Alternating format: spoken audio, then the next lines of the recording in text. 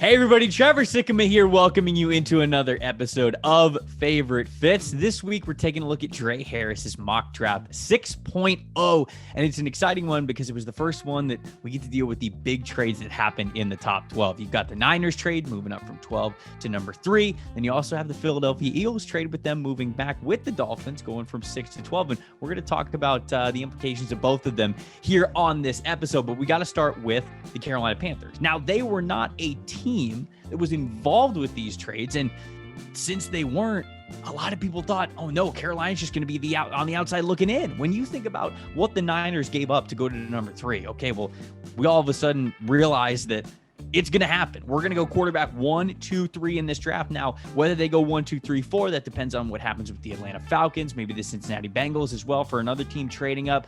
But was Carolina going to be able to move up with the Falcons? Probably not, because they were a divisional foe. And were they going to even have the chance to get a quarterback to move up to number 5 with Cincinnati? You never know, because I think the Falcons are a team that are looking to move back. And so with Carolina, it was like, oh man, are they just going to be left out of this quarterback market? But not in this mock draft. And in this scenario, which could very well happen, man, the Panthers would make out big time. They get quarterback Trey Lance in Drae's latest mock draft, and they do so by staying at number 8. If Carolina has the ability to stay at number 8, not give up massive draft capital in the future, and still get the quarterback that they desperately want for this young team and this new coaching staff to build around, I mean, they are automatic winners of the Niners-Dolphins trade just because they weren't involved in it. So I have no idea if we're going to get a quarterback that lasts until 8. It seems like with the smoke coming from the fire of quarterbacks going very high in this draft, it becomes unlikely that Carolina can sit back and get the guy that they want. However, crazier things have happened, and if Carolina can get their guy at number 8, man, they made out big time. With our next pick, we are talking about a team that was directly involved in those trades. We're talking about the Philadelphia Eagles, who are picking at number 12. They were picking at number 6, moving back with the Miami Dolphins, who of course moved from 3 to 12. But then they decided, we're not really comfortable picking at 12. We would be comfortable picking at 6. So they picked up the phone. They called the Philadelphia Eagles and they said, hey, we'll give you one of those extra first round picks that we just got for you guys to move down 6 spots. Great deal for the Eagles. I mean, if it was reported that they wanted to move up for Zach Wilson, when it was told that that was basically not happening because he's probably going number 2 overall. Look, if they're not going to pick a quarterback and they're okay with any kind of wide receiver that they can add, maybe even corner as well, I'll throw that in there too. This makes total sense. They get an extra first-round pick to move just 6 spots. This is great. They're still in the sweet spot for one of those positions.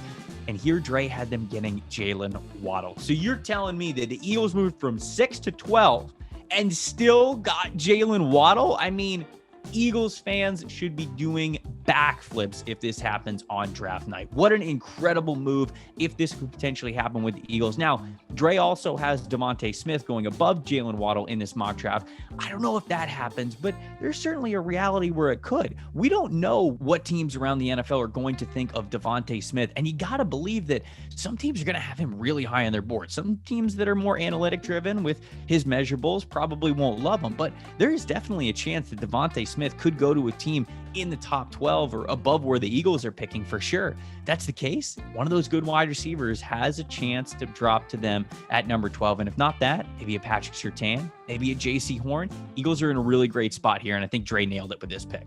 For our last pick, we're talking about another trade that hasn't happened yet. And I say yet because it still could be in the works. We'll see. A team like the Washington football team could want to get aggressive if a situation like this arises. But Drae has them moving up from number 19 to number 14 to go get quarterback Mac Jones. Now, I've said this before on this very show.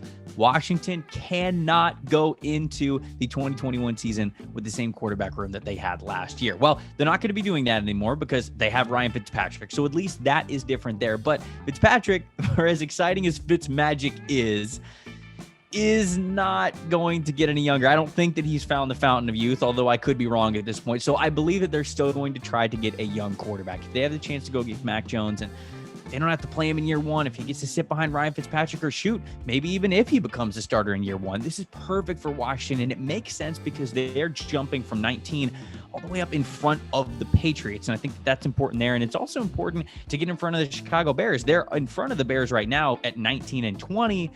But the more Mac Jones continues to fall, if this happens, the more the Bears might want to get aggressive to jump in front of them to go get Mac Jones. And so I think that if Mac's on the board here at 14, it makes sense for the Minnesota Vikings to trade back, since their target position is still going to likely be available later in the draft around that time. And of course, it makes sense for Washington because they don't have to pay a huge premium price to go get a young quarterback that they can start to build around. So win all around. This is a trade that hasn't happened yet, but be on the lookout. It could. That is all the mocking of Drae's mock that we're going to be doing this week. But of course, we have favorite fits, and there are a lot of them that we got to talk about, including some dealing with the big trades that happened last week that we're going to get to later this week.